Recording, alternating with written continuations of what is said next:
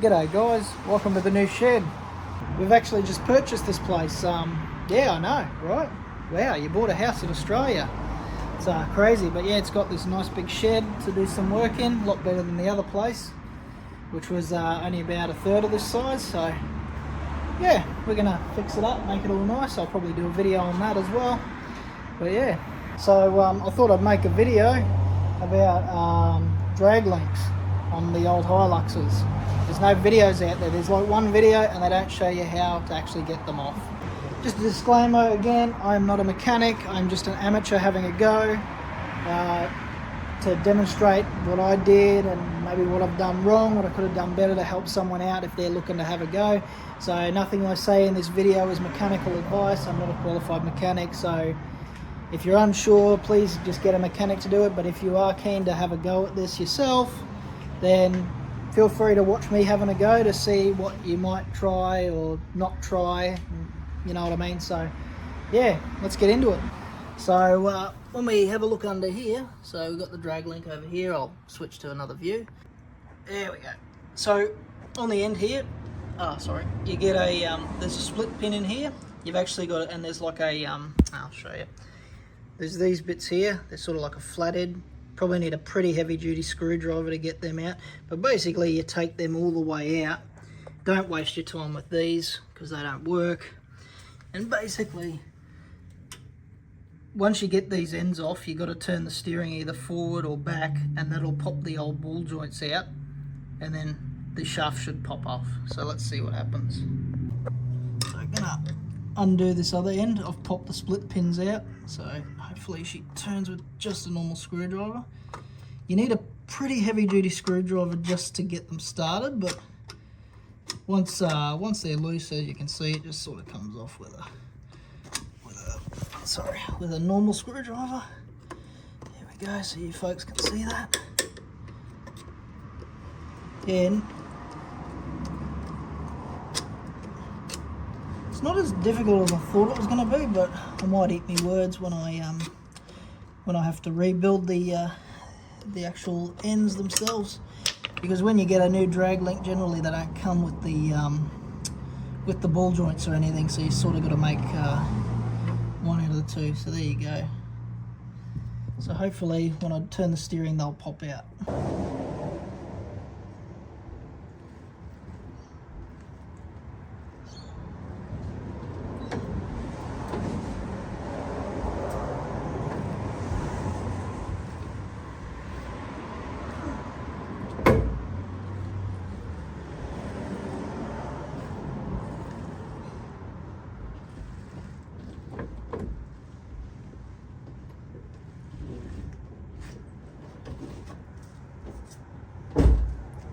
Go, so that part's now popped out.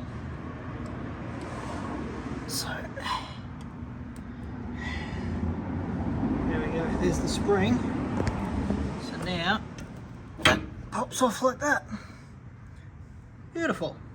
Now just, and the other end will pop off too. Yeah, that boot's really worn. So the reason I'm actually doing this, and this is just something that you got to be careful of, I replaced the suspension in this, or I had it replaced, I should say. And I just got like just a standard, you know, basic 2-inch lift, nothing serious. I didn't go for big fancy lifts or anything. But what happens is your drag link, when you lift the car just slightly, because my old suspension was so sagged, it actually changes the angle of the drag link and it puts strain on it. So this is what happened to me after I got my suspension replaced. So after that, I took it to a mechanic shop who I'm not going to name. They weren't able to put a new one on, so they just put a standard one on, and so it started to wear out again. So now I've decided, well, I'm going to just try my best to put a drop one on, because apparently when you put a bit of a lift in these, you need to put a drop drag link, which I've got over here behind me. Yeah, because otherwise you risk snapping ball joints and losing your steering like I did on the Gateway Motorway in Brisbane, which is not fun, let me tell you. So yeah, change your suspension, change the drag link to a drop drag link. It's it's not worth your safety, trust me.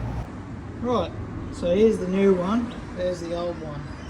We've got to sort of make one out of the two.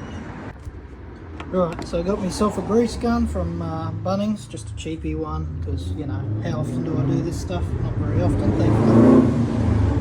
Just put a bit of grease on it before I put it in, and then I'll use the grease nipples to put some in once it's on. And yeah. So basically what you do is, these are your cups. I had to watch a few YouTube videos to try and understand how this works, but basically, to demonstrate, so this is where it goes on the vehicle, this is where it like attaches to your pitman arm. Sorry that there's a lot of cars going past. And basically you get your spring. The spring sort of sits like that. As you can see, this is the new one. And that's the old one there. And it sort of sits like that. And then you get this bit, right, that sits in the end like that. And that's how it goes in. You sort of got to fiddle around to get it on the car, but I'll show you me doing it so you sort of get the idea.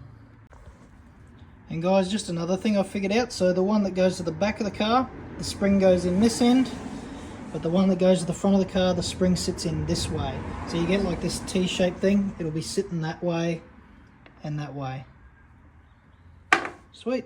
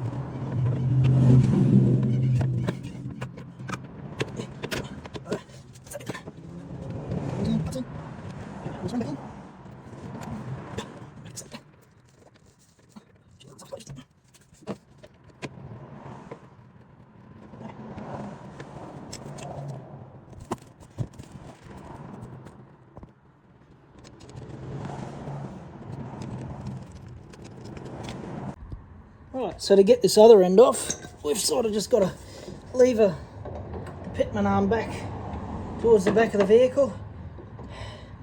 Don't judge me for the way I'm doing it.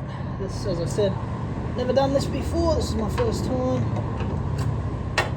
Probably not the best thing to use, so I'll try something else. Maybe probably something with a bit more leverage. But anyway, we don't have to move it very far. Yeah, it's going to need something more leverage than that.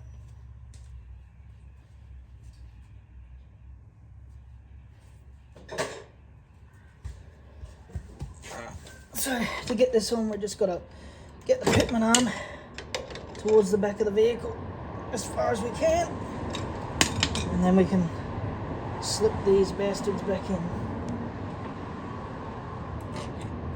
Just move along as far as you need until you can get it back on the pitman arm. All should be well. And once they're on, it's just a matter of tightening and adjusting it to your needs. And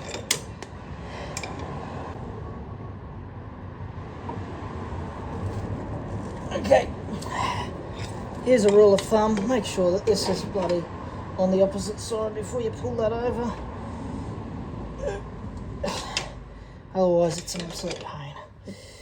Now you can push it to the back of the vehicle. Just make sure that the drag link is on the other side. Otherwise you can have a fun old time.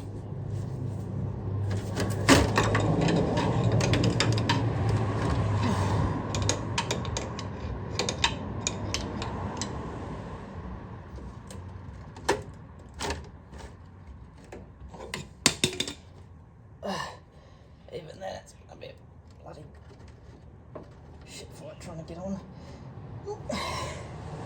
Make sure they're all in properly, yep. Getting it off was bloody easy. I thought that would be the hardest bit. Getting it on again is the hard part. These take a bit of mucking around to get on, but hey, it's better than losing your steering, right? And eventually, after you've been fighting with it for a while, you've got to adjust this a couple of times. It should just pop on. There we go. Right, now we can put the other cups in, or the other cup in, and yeah, tighten her up and see if she works. Or it'll, yeah, might need a bit of adjusting, we'll see.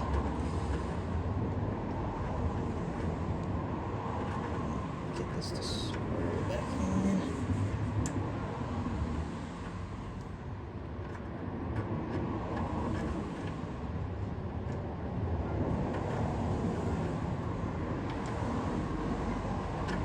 Oh, I might have the old one.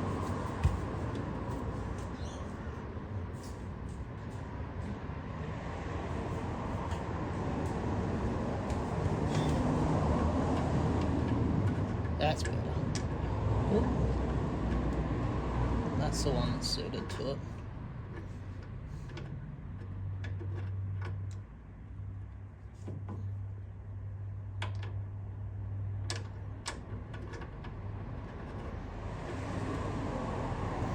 And yeah, screw those up and adjust it and you're good to go.